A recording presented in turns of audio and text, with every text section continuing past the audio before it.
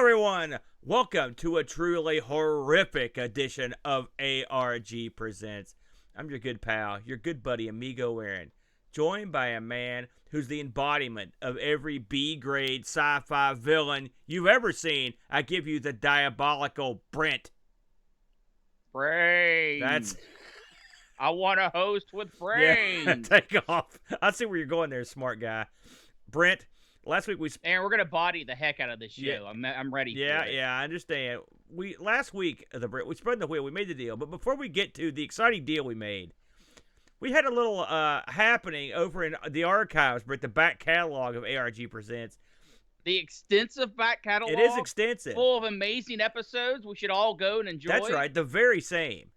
Brent, if you'll recall, way back in episode 109, we took a look at a machine that we both stupidly thought was from France, the ARG Atmos. Do you remember the ARG episode?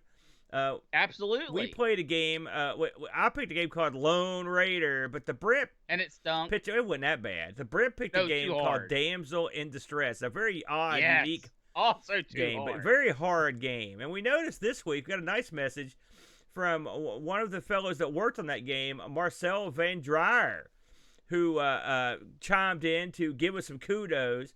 He mentioned some interesting stuff about the game, including that all the titles and all the titles are song titles or puns of song titles in the game. If you'll recall, there were some the little room names. Yeah. He also mentioned that yes, in fact, his father did in fact do all the play testing on this game, and he says his father is still the ultimate end boss, which was great.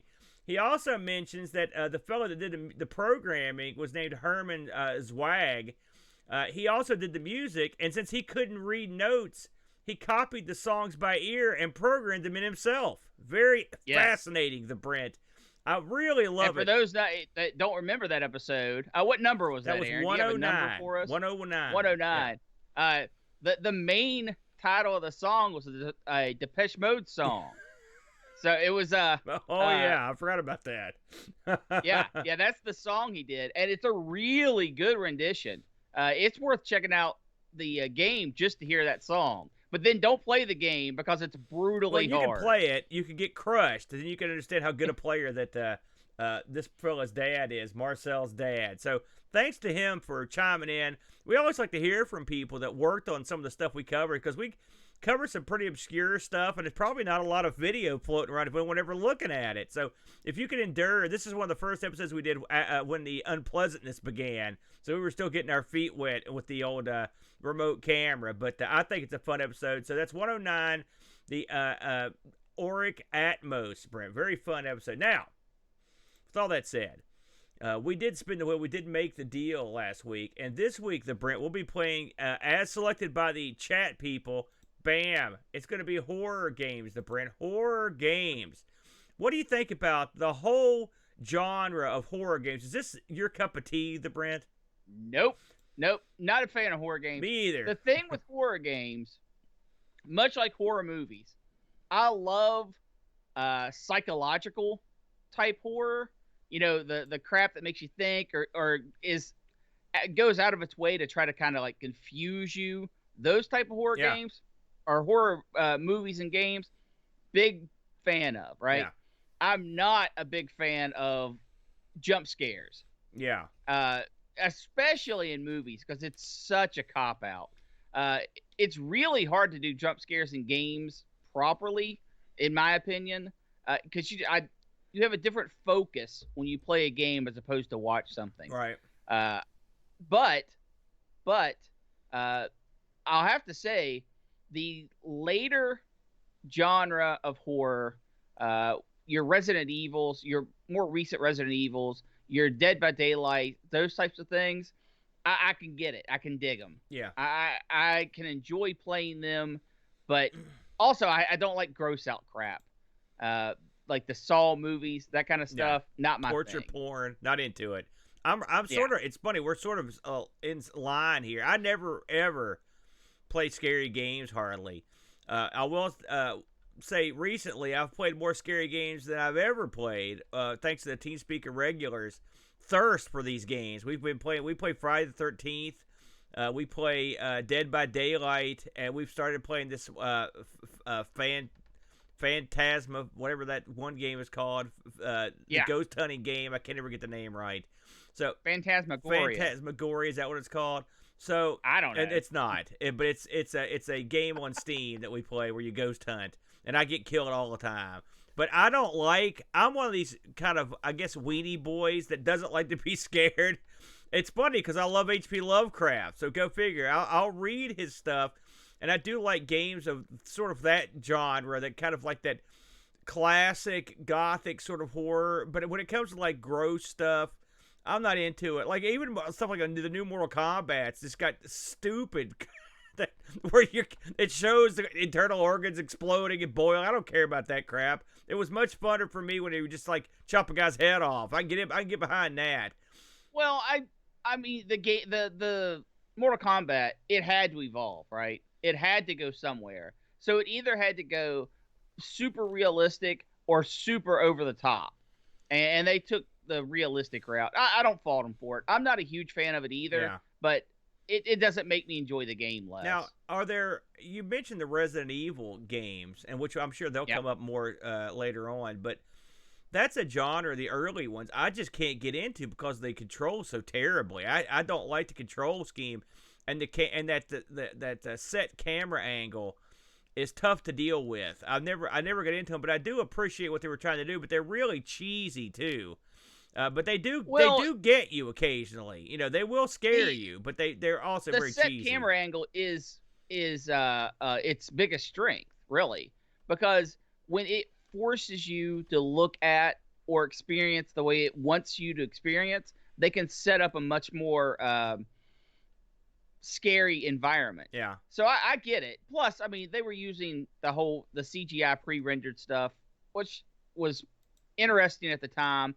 I mean, it still has its place. It's okay. Yeah, I'm not a huge Resident Evil fan, but the controls and stuff don't bother me.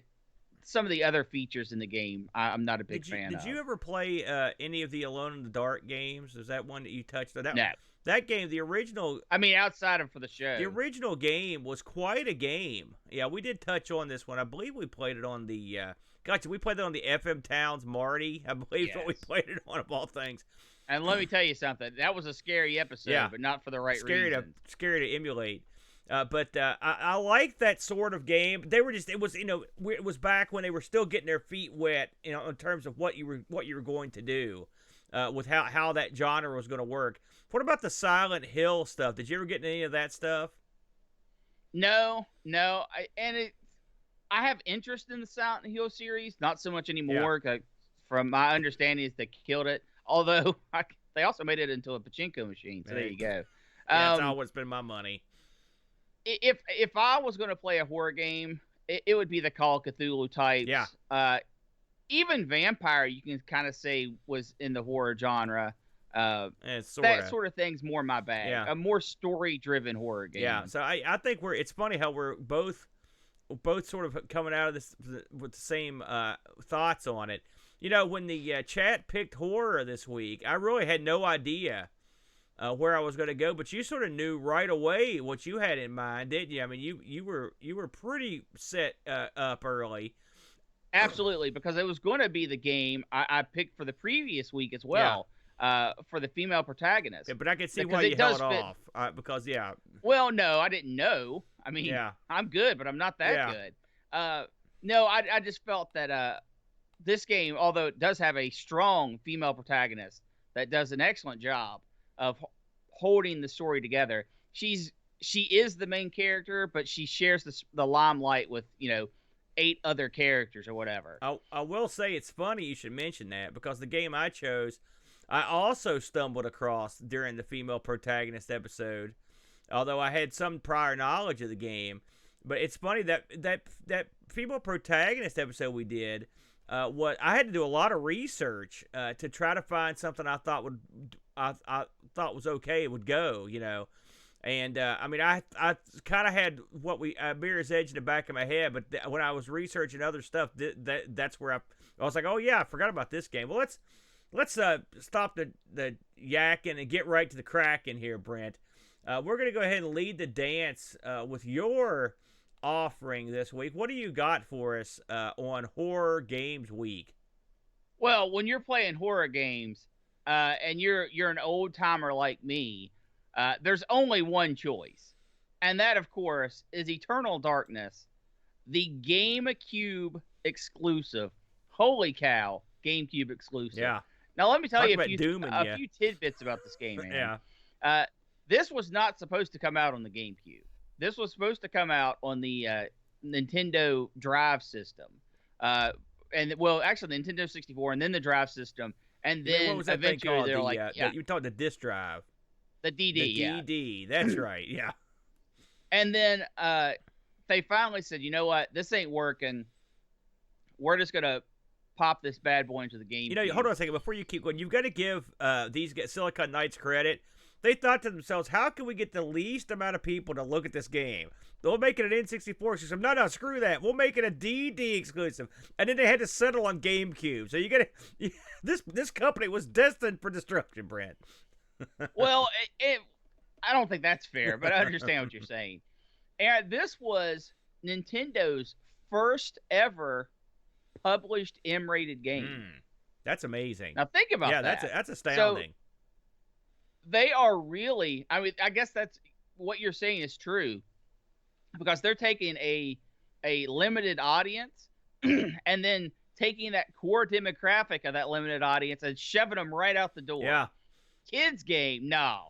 M-rated, Eternal Darkness, GameCube exclusive. I will say, the Big N probably had a thought in their head, and the thought was, listen, the GameCube's not doing that great out here. It's not like we're not killing it. And they had a rep at that time, all the way to the N64, of being like, they still had that kiddie console rep, despite the fact that there were some N64 games that weren't for kids. But they were probably like, we need to diversify our library on this thing if we're going to be successful, because they knew what they were up against. So I don't blame them for going after a game like this, because the system desperately needed games like this. It didn't have them. It never had them.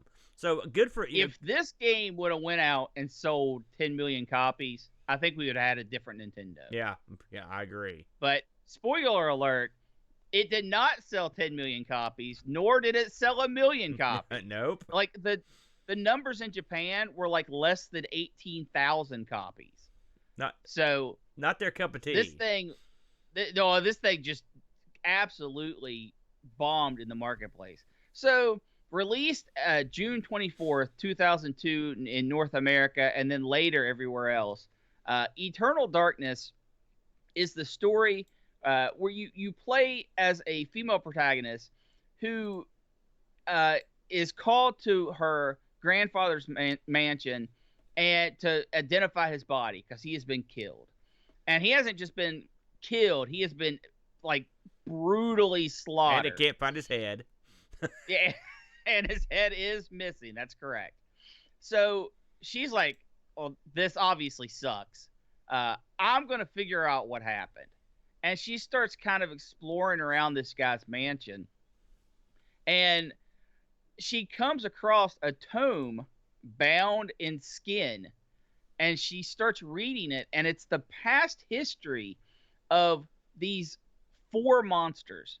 And I'm just going to give you the short version of what the game is about.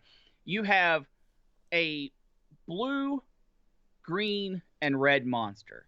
The blue one is the kind of the magic of the universe. The red one is the life force of the universe. And the green one is the sanity of the universe.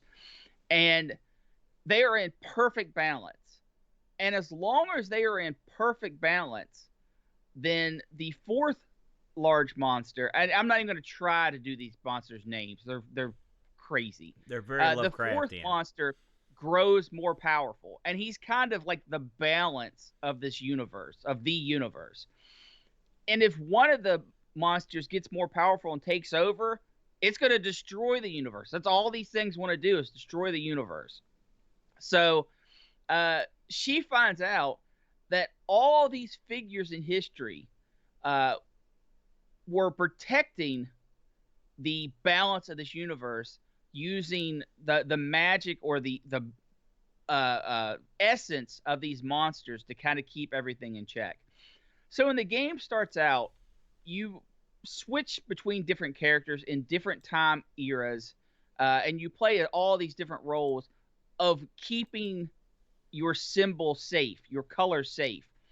And as you do this, the very first thing you do is you choose what symbol, what color, what god, basically, you are going to root for to kind of push to the forefront where you are helping them kind of take control, because you think if you do this, then you will actually be able to control the monster, and the monster, the god, basically, will bring more balance to the universe. Because you're naive, you think that one is better than the other, when in actuality, they're all uber evil. So you play through all these different scenarios, all these different timelines, all these different characters, and each setting is absolutely unique. You go from Roman legions to Egyptian tombs to Civil War era America, colonial America, if you will. You have times in World War II, all the way up to modern day, where you are the one that is now entrusted in keeping this symbol and trying to maintain the balance. The gameplay in this is very Resident Evil style. You walk around the environment with a basically fixed camera angle, not a camera angle you can control, and you fight these monsters that are trying to get you and take your essence, the symbol, away from you. And you do that with either hand-to-hand combat or weapons or ranged guns, that sort of thing.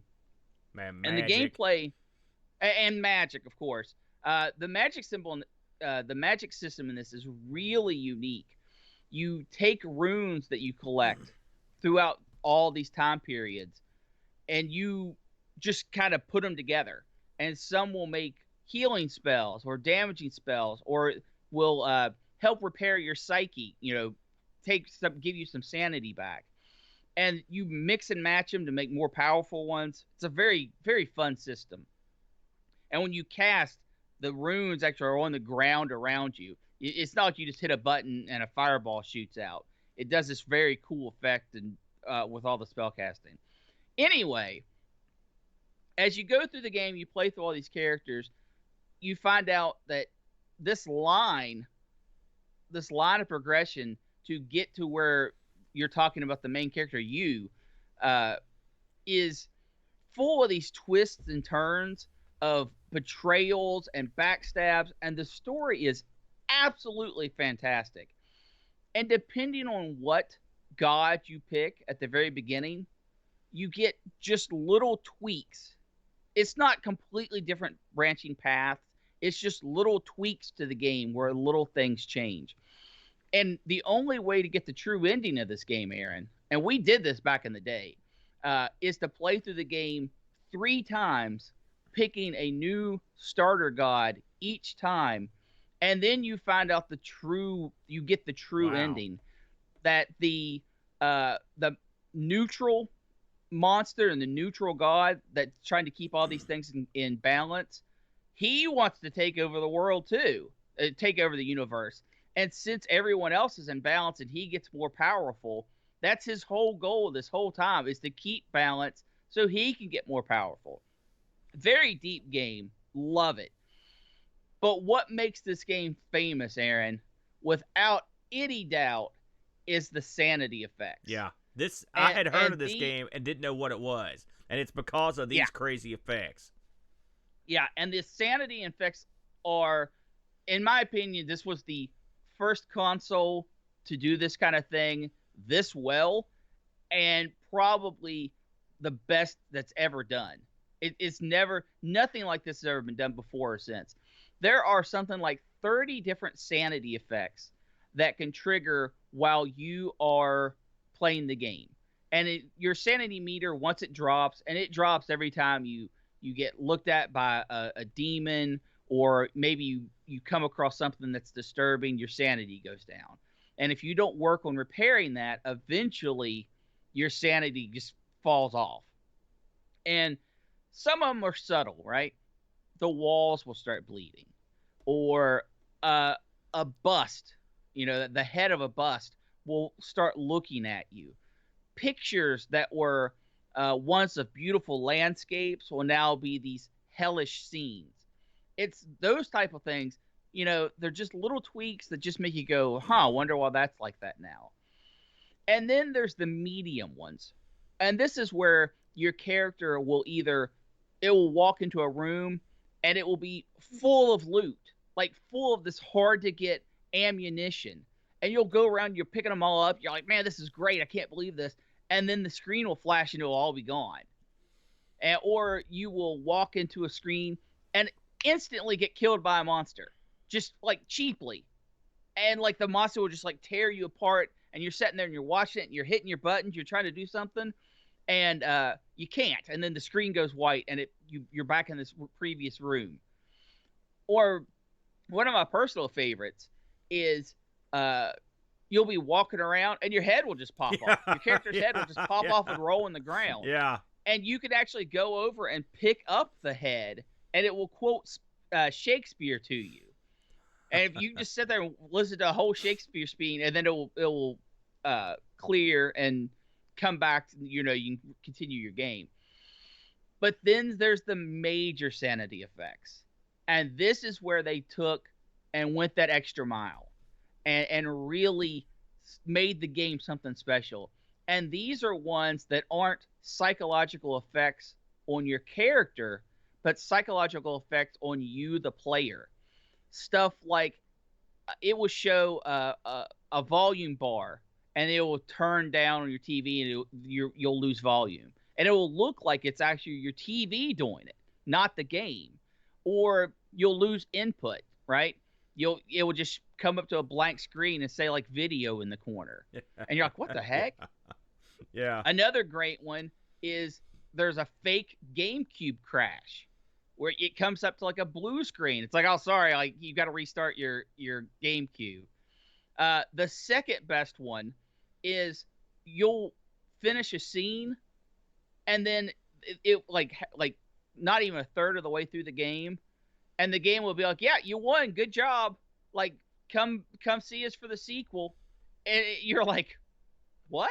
That way, completely out of place. You got an ad for the sequel written out there on the screen. It's got like a logo and stuff. I saw that. Absolutely. But the best and most talked about one is when you go to save the game, instead of saving the game, it says delete the game. And it's like, yes, I want to delete all my files, or no, take me back to the game. And no matter what choice you choose, it comes up with a bar and says deleting memory card. And it looks like it's wiping your memory card. And there are stories out there on the internet of people just freaking out and run up and turning off their GameCube. Yeah. Where they think that this game's deleting their memory card. Yeah, that's diabolical right there. It is fantastic. That is how you get into the player's head. There's also one where if you play long enough and your sanity goes down long enough, you start seeing bugs crawl on the screen. Also, sometimes the character will talk to you, or he would shoot at the screen. I've seen that one. They do all kinds of stuff that's like they break the wall there to talk to you. It's it's crazy what they did.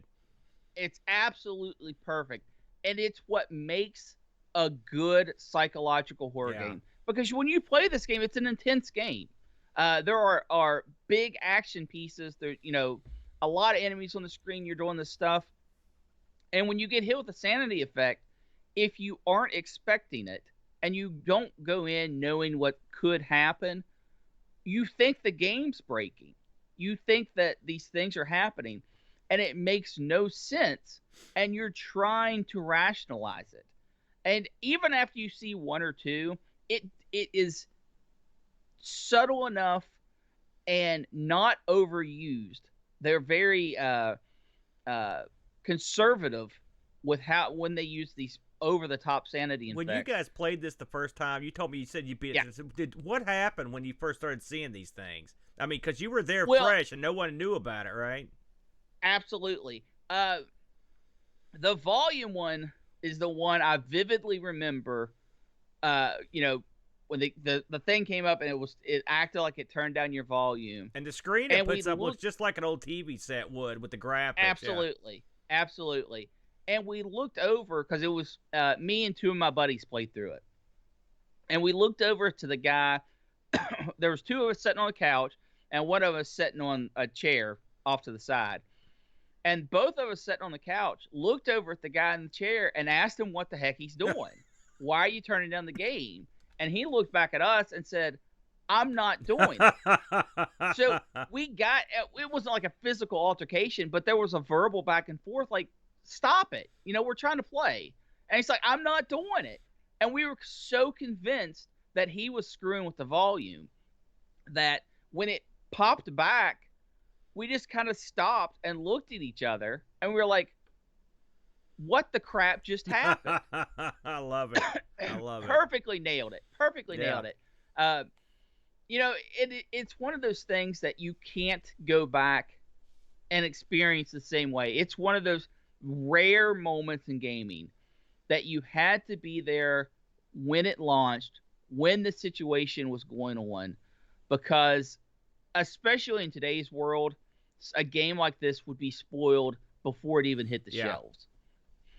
This was really a shining beacon. It came out just the right time. The hardware was just powerful enough, and the developers were just talented enough to make all of this work. And that's why, even though back in the day, it got high critical acclaim, high critical acclaim, 9s and 10s all over the place, but it was a financial failure. They had actually planned sequels for the game. They thought this was going to come out and be huge, but it was the wrong game on the wrong system. I truly believe that hampered the game horribly, because the game plays fairly well. It's no barn burner in that department. The gameplay loop is a little tedious, even with all the different scenarios and the different characters. It does get long in the tooth, but the effects and the horror elements of the game are so spot on that it's become a cult classic. And because of that, sealed copies of this game go into the hundreds of dollars, which is unheard of for a mass release GameCube game. Now you can get it open box or just the disc around the $60 mark, which is still insane, you know, for just getting the disc type of affair. But it was not appreciated during its time as much as looking back. And that's so unfortunate. Real quick thing, and Aaron, and then I'll let you talk about the game, your experience with the game a little bit. They tried to bring this game back, and much like the horror genre that the game is based off of, it has been an absolute calamity. They have done Kickstarters that got canceled. Developers were arrested for very bad things, and a sequel for this game will never ever be made because of all the baggage that has come with all the failed attempts to reboot it. Their Kickstarter, their initial Kickstarter where they got the team back together, because these guys have long since departed, they were asking, I think it was like $1.3 million, and I think they only raised like $128,000. I mean, it was a dismal failure. Well, they killed it. They ended the Kickstarter Yeah, early. but they weren't going to make it. They knew that. Right. And then some news came out of criminal activity within the programmers, not related to the game, just in their personal life. Yeah. And now the game sort of has a stigma because of that kind of crap. I mean, you can't look up anything about the game and not find, you know, all the horrible things that this one gentleman has done. It's very unfortunate. But the truth of the matter is, this was a blink It was here and it was gone. It will never be replicated in the same way because we don't live in the same world that we did, when this came out. And that's unfortunate. I still think that an indie developer could really get a hold of something like this and run with it. But it's a different world. There's too much information out there. That said, I highly recommend playing this game. Even with everything I've told you, even with all the spoilers I've told you how the game ends. I've told you, the highlights of the game. I still recommend playing this because you will experience things that I haven't mentioned. There are tons and tons of things in this game that make it special. Aaron, what do you think about it, giving it a play? Well, I mentioned this when you picked it. I've never played this game. I may have heard of it. I'd certainly heard about stuff in it, particularly the sanity stuff. And I believe the company that did this, as I recall, Silicon Knights went on to do one of the Metal Gear games, and I believe they used some of their tricks in that too, because I remember hearing about, I think there's a chick in there that will go through your save games and badmouth you in the game. That's true. So these guys, and I also, as I was doing some research on this game, they mentioned that the sanity system in this is actually copywritten and owned by Nintendo. I mean, they own the crazy stuff. That's their baby. So who knows if we'll ever see that again? Maybe they won't let anybody do it.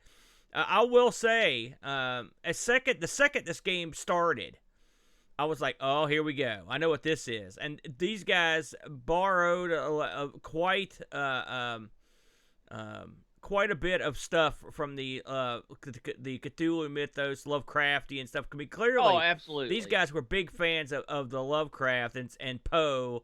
In fact, those guys are actually mentioned in the early part of the game. Wow. I set aside a couple hours to play this game this weekend. I didn't set aside nearly enough time, and I ended up having to go back and just watch some playthroughs because this game is epic and broad.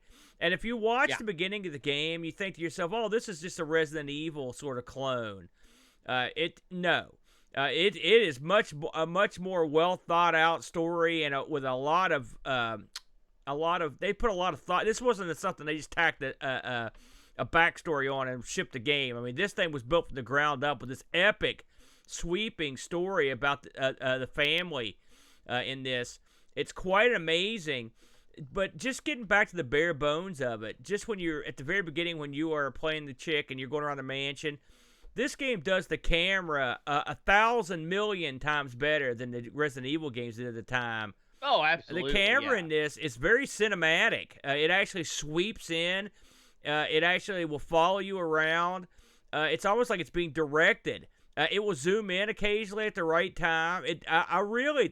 Especially coming off my game, which we'll get to, the camera in this, you don't have to fight, and you don't control the camera. It does itself, but they did a great job because what they were able to do was set these different parts of the games up just like scenes in a movie.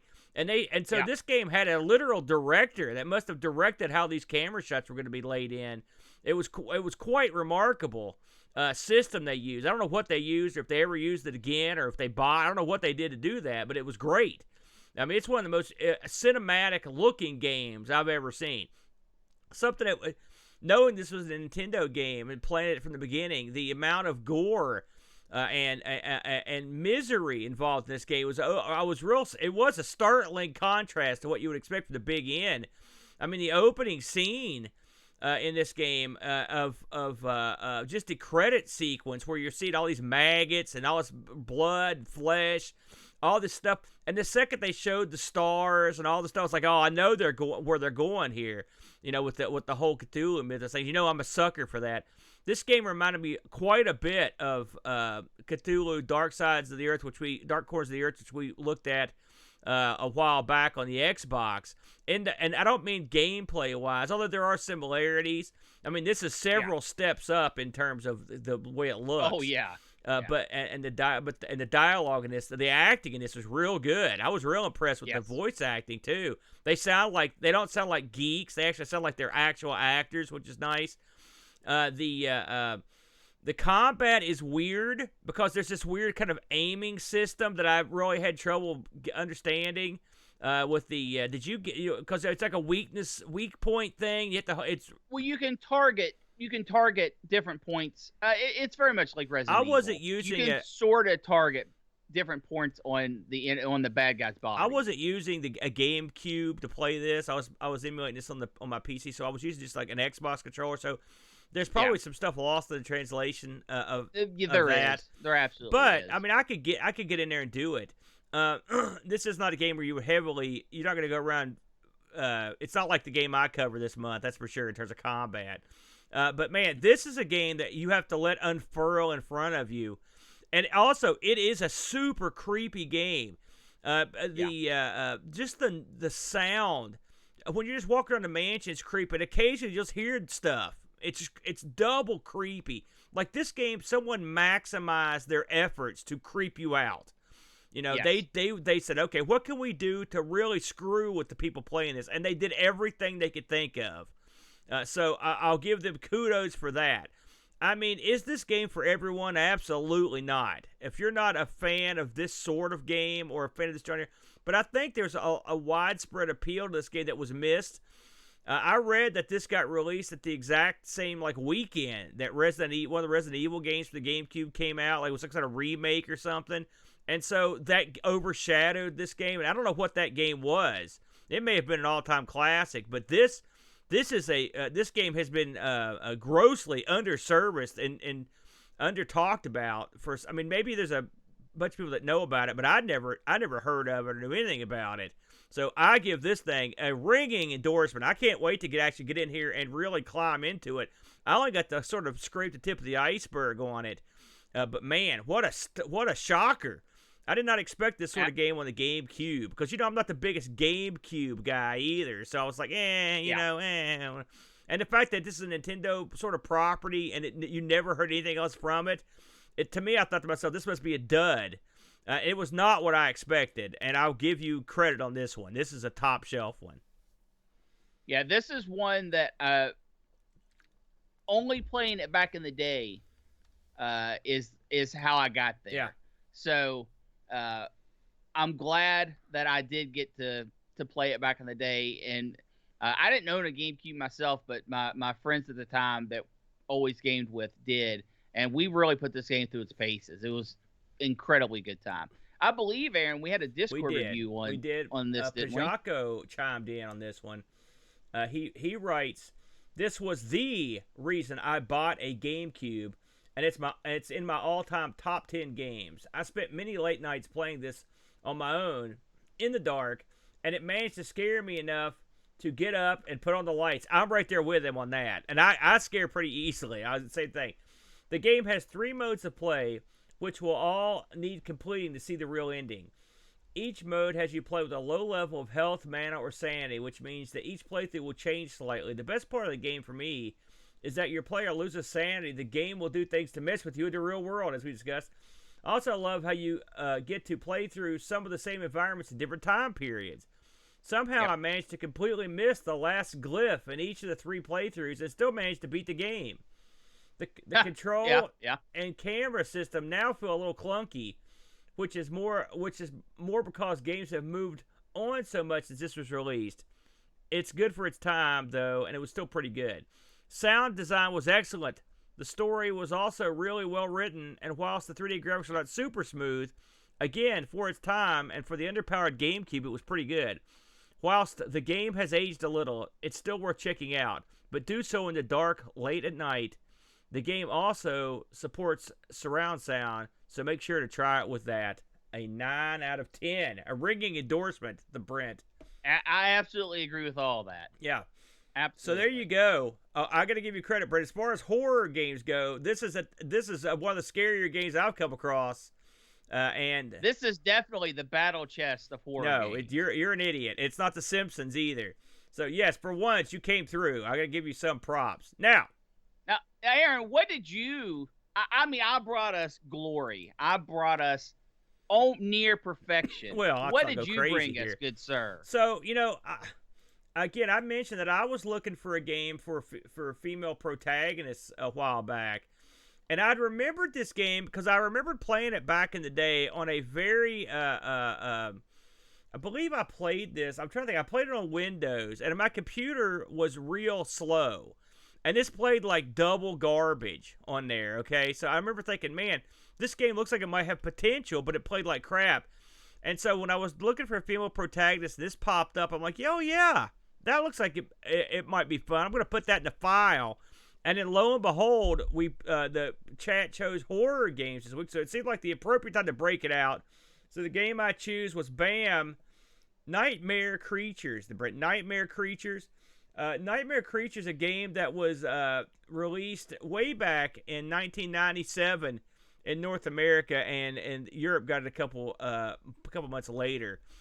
This came out on the PlayStation, a Windows version, and the N64. It says also there's a mobile version. I don't know anything about the mobile version. Everything's got a mobile version these days.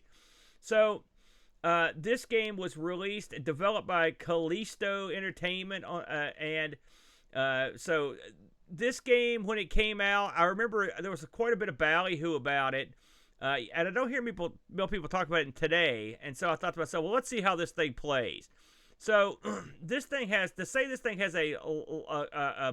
wacky backstory would be an understatement in the realm of wacky backstories, because the story behind this starts in the great year of 1666. You got to start there, cool guy style. So a devil worshipping cult called the Brotherhood of Hecate, is that or Hecate, Hecate, were screwing around in London, right? And they were making a formula to give people superhuman powers. All right, that always stick. But guess what? It didn't go well, and they started becoming real corrupt and double evil. So one of the members, a guy named Samuel Pepys, decided we're too evil. This is no good. So he burned the headquarters to the ground. Okay, so that was 1666. Now flash forward to 1834. That's when this game goes down, by the way. And back in London, there's a guy called Adam Crowley who has gotten hold of Pepe's diary. So Pepe, a genius, he thwarted all these evil stuff, but he kept a full accounting in his book, including all the formulas they used to make the hideous creatures and give. Why would you do that? Why would you leave that? You never know when you might need to be evil later on. I guess he was less evil, but still pretty evil. That's all I figured. So Adam Crowley, it's like, I'm going to get me some of that. He used to be a respected doctor, but he turned down the road of evil and became double evil. And so he's got a great gimmick here. And so he knows that if he gets this book, he could really take his research up to a different level, because what he's been doing is he's been effectively Frankensteining up a bunch of crap, okay? Making a bunch of weird crap, nightmare creatures, if you will. So Pepe, before he loses the book, he contacts a couple people. He contacts Ignatius and his daughter, Nadia. So they come over from New Orleans to try to help figure out what's going on. Well, then Pepe gets killed. The doctor's on the run, and they're trying to hunt this guy down. This is an elaborate backstory to what effectively doesn't really need that elaborate backstory, but it is what it is. So you get to choose at the beginning of the game whether you're going to play Nadia or her father, Ignatius, Father Ignatius, and to run through this game. Now, here, not her father, the general religious father. So here's the thing. We went through all this baloney, okay? But here's the thing. The game screws up instantly, okay? How? It doesn't have two-player support, which is dopey. You've got two players right there. They would never be able to pull that off. You could do it. You could do it, but I mean, also it sets it up. You want two players, because at its heart, Nightmare Creatures is the answer to the question: what if we took like Tomb Raider and like made it a beat 'em up? And that's basically what you've got here. This is the behind the back, so a third person perspective. As you run through these various maps and mazes with whoever character you choose, and take on these nightmare creatures. Now, the funny thing about this is you can understand how a father might have some knowledge of the occult, and maybe, I don't know, maybe he could have learned like Shaolin monks because he's a master of the bow staff. They don't really go into that much. His daughter, though, they say is a gymnast, but apparently on the side, she's also a top-shelf Zorro-style sword-killing machine. So they both... That's the part they don't go into. I couldn't figure out why not. So, but they both go to work. So once you pick your character, you're sort of thrown into the story. And the whole game is a chase to try to catch this guy Crowley and to kill off his guys. Now, this game has a unique feature, let's call it that, and it's only in the PlayStation version. It doesn't appear in the N64 version. This game has a health bar and an adrenaline bar. All right. Now yeah, it's in the N64. Oh, you can turn it on and off. That's what it is. So I played this on the PlayStation, by the way. The adrenaline bar. So there's a sickness going around London that Adam Crowley released. Okay, if you don't keep your adrenaline up, then you will start to succumb to this illness. Okay, so you've got to perpetually run around like a maniac, fighting as much as you can. This reminds me of Crank quite a bit, so I'm not going to fault him for that, because that was a similar premise in Crank, where he had to keep his adrenaline up or he died. So if this has a Crank-like element, I'm okay with it. But it is sort of stupid. Yeah, see, HSI gets it. So, and it's also sort of pointless, because you're mostly fighting anyway. So I mentioned this is a behind-the-back perspective. Nadia has a sword as her main weapon, and father has a bow staff as his main weapon. I always pick the girl. Did you have a preference of the two? Yeah, I picked the guy. The guy probably has better reach. I will say that. Than you don't think so? No. Yeah. No. Well, because he doesn't use like a bow staff. You know, in real life, I love the bow for that reason, because I can stay far away from my opponent. Because, yeah, I was involved in many bow fights, by the way. I don't know if I mentioned that. So as you go through this game, you can also pick up basically like secondary weapons. Anything from guns to fire bombs to dynamite. You can also pick up spells, and you can also pick up like a saw blade sort of attack that is a very deadly attack that you can kind of skip through them with your shoulder buttons to pick which one you want to use. So you run through this game and you fight the bad guys. Now, who are the bad guys? Well, there's not too many. I think there's about 12 different creatures through the whole game. Some of them look like big, like Solomon Grundy type guys. There's zombies. There's werewolves. There's octopus style things that live in the water. There are guys in trench coats that have knives and no face that run around. There's a spider creature that's like a spider zombie. That can spin webs and stuff. There's not a huge cast of characters, which a lot of these games, a lot of beat-em-ups don't have a huge cast. We've talked about this in the past. Well, this is small even. It is. And I'm not defending it, by the way.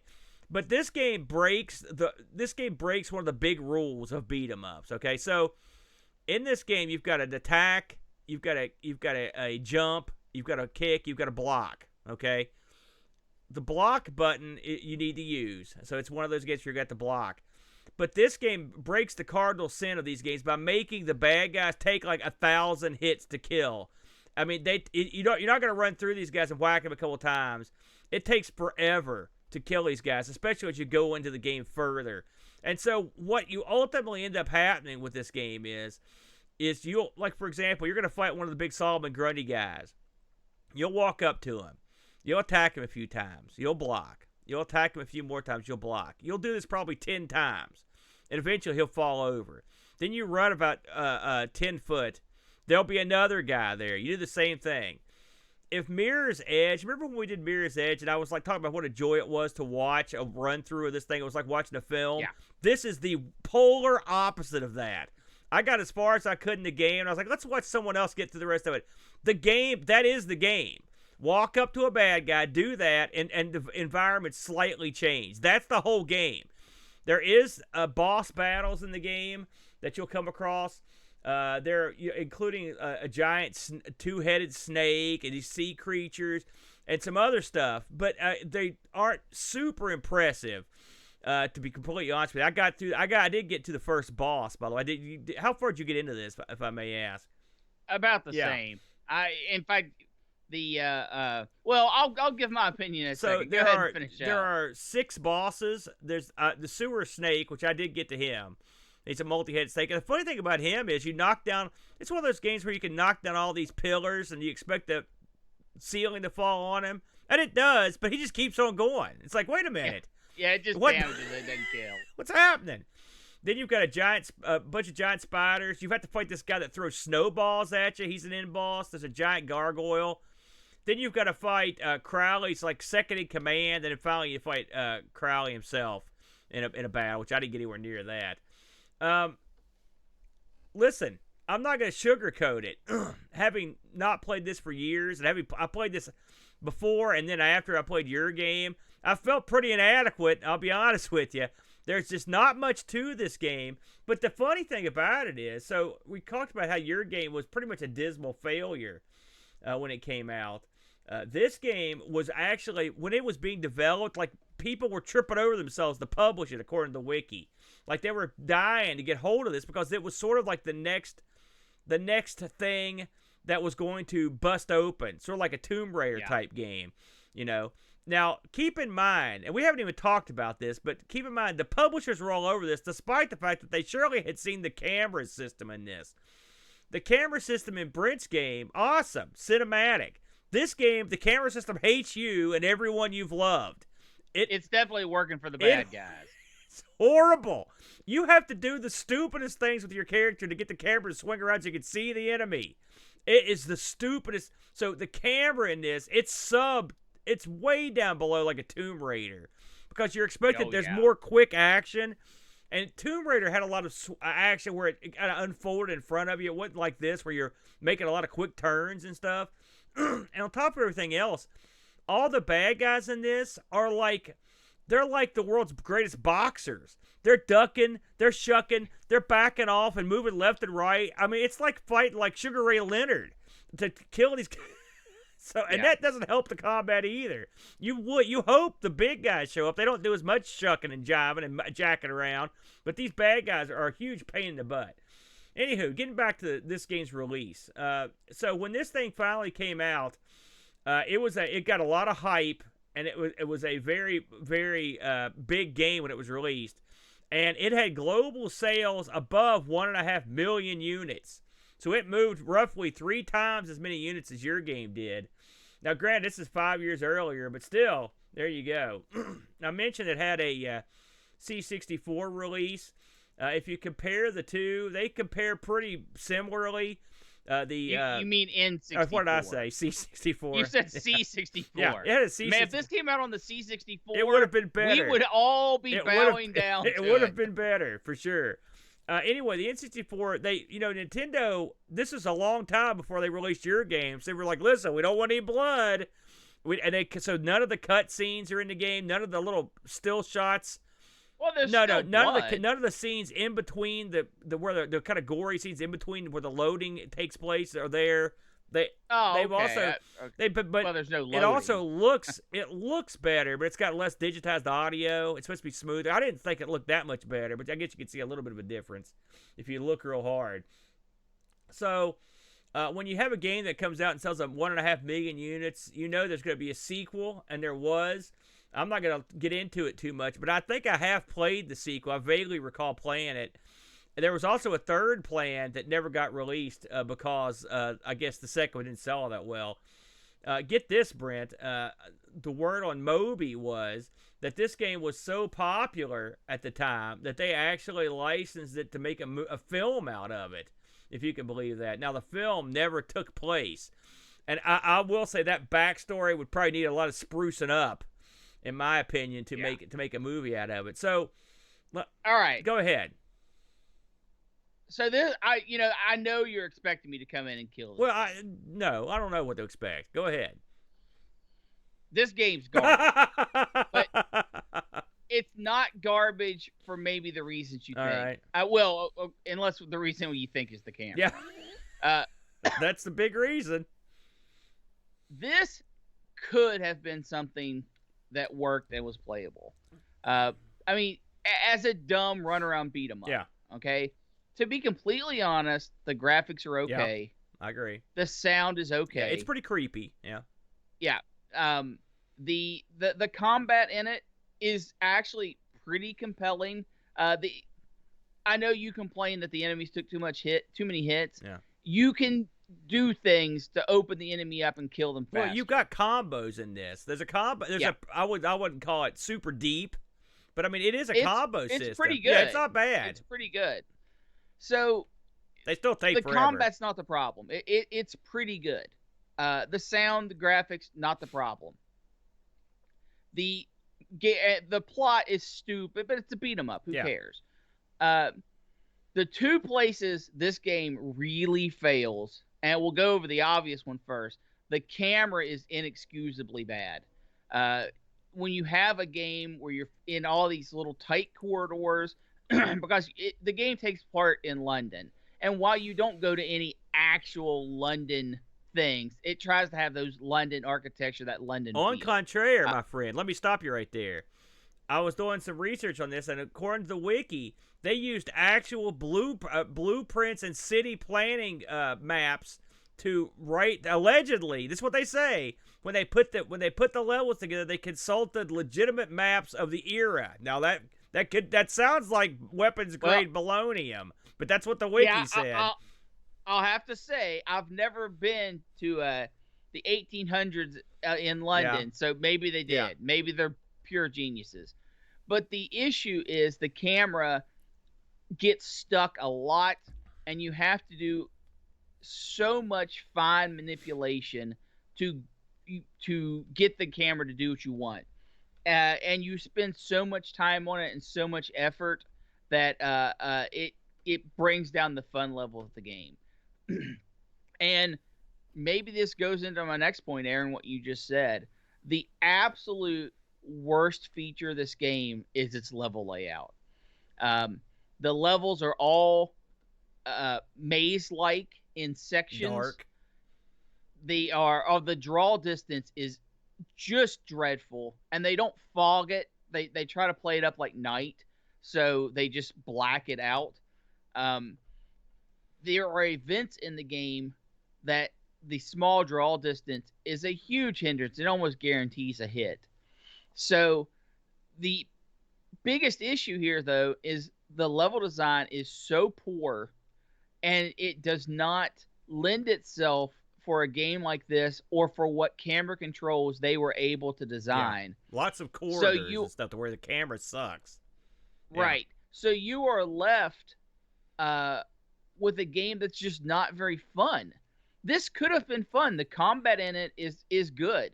Good might be a little strong. No. You know what? I'm going to say it. The combat in this was good. If you consider it's a step up from like a Tomb Raider, which is where they were going, I think that part it's not the worst. It's not the worst at all. And the combo system, if you me and you are you're a combo guy, and I'm okay. I could get nice combos off. I didn't have a problem with that. I'm with you on that.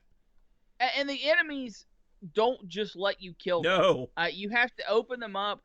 Even the lowest level enemies, which is the zombies, will block and dodge. So you can't just button smash.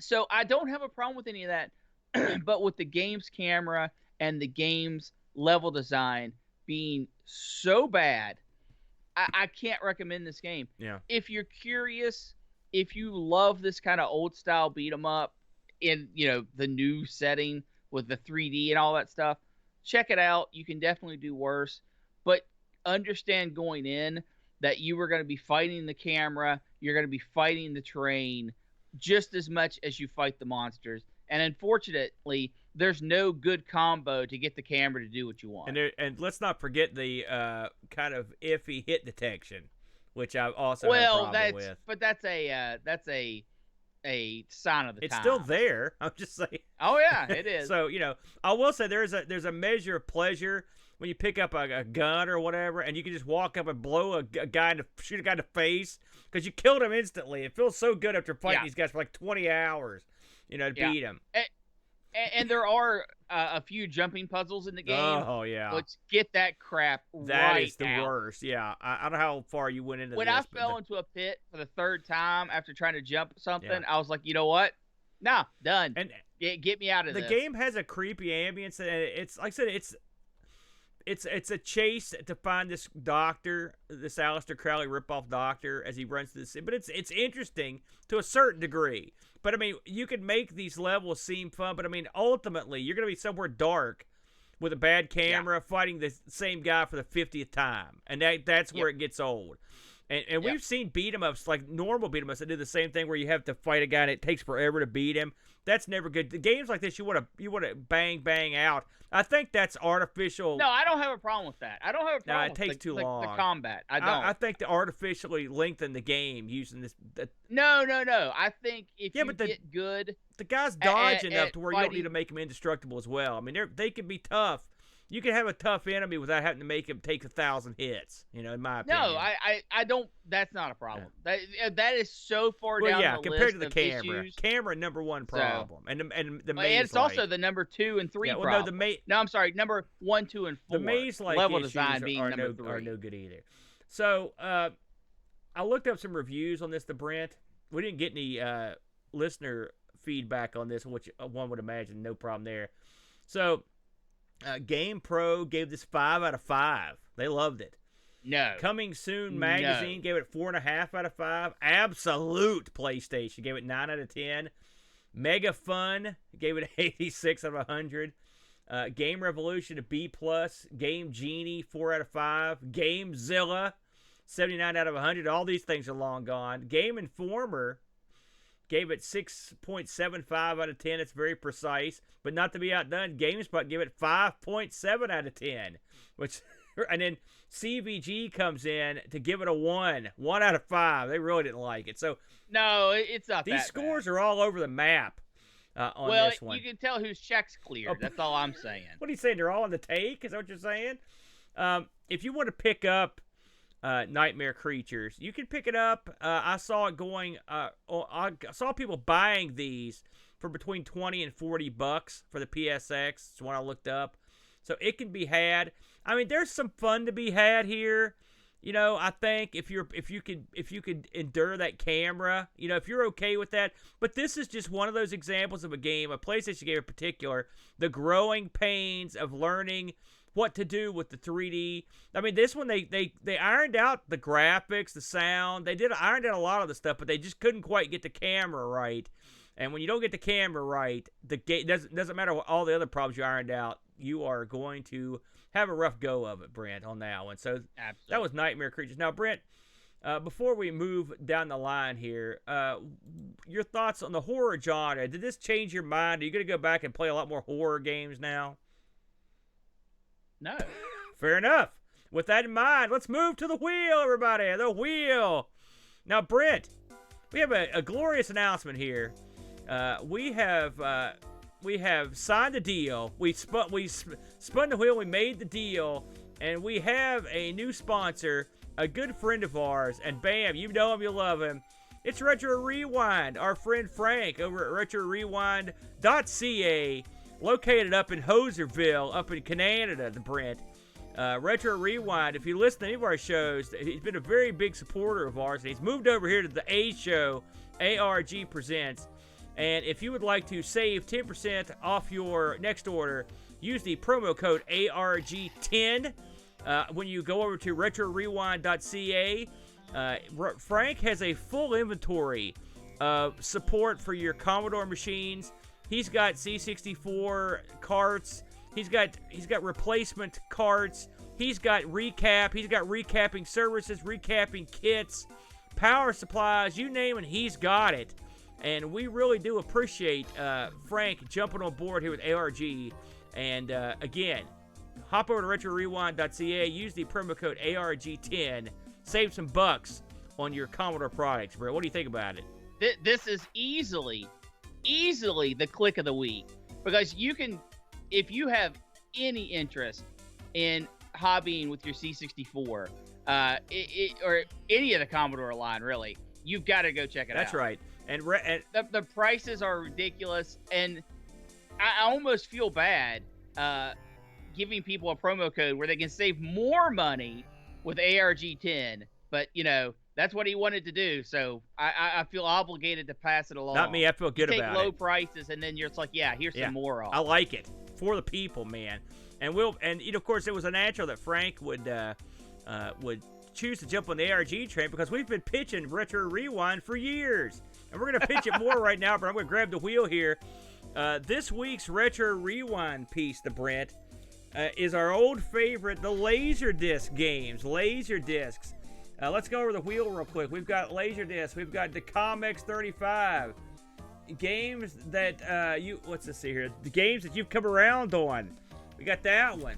We've got the ever popular games that became other games. We've got Game.com. We've got British cartoon games. We've got Fight.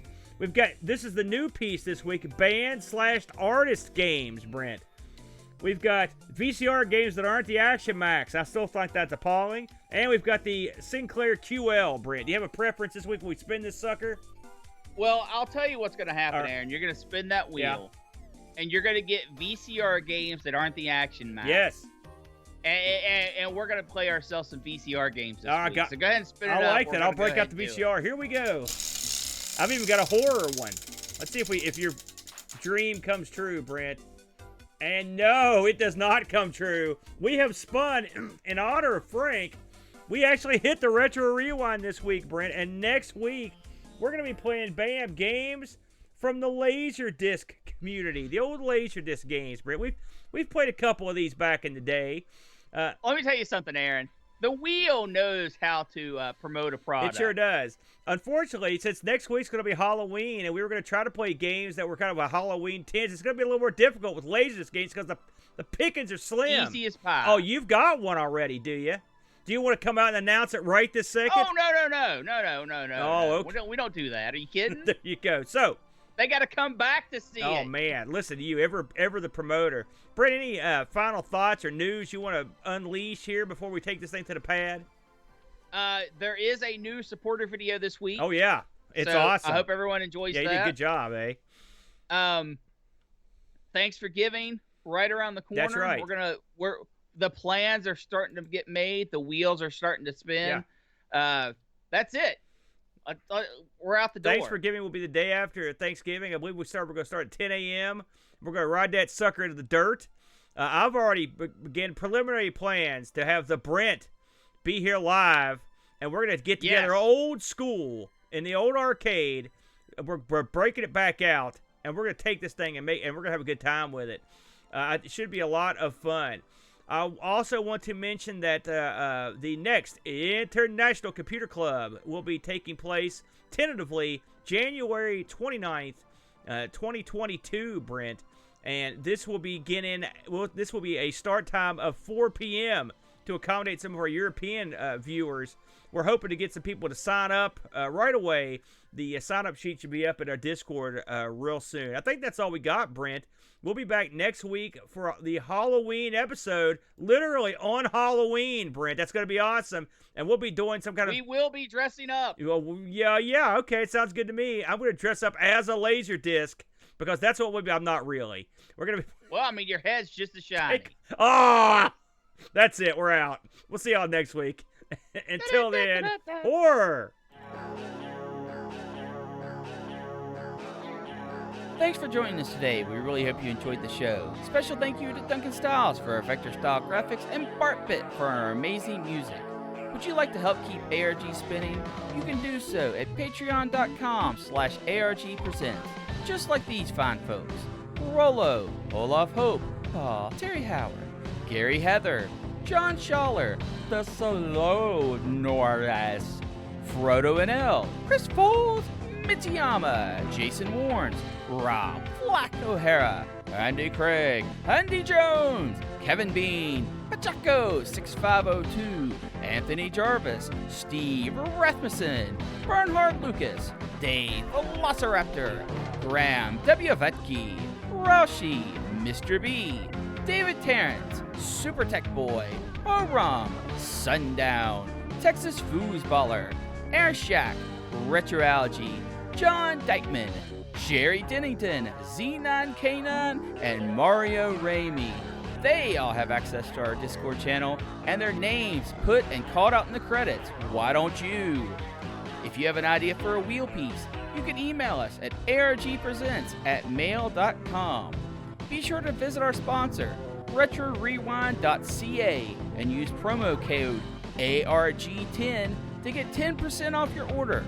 We film live every Sunday, 10 a.m. EDT. Hope to see you there.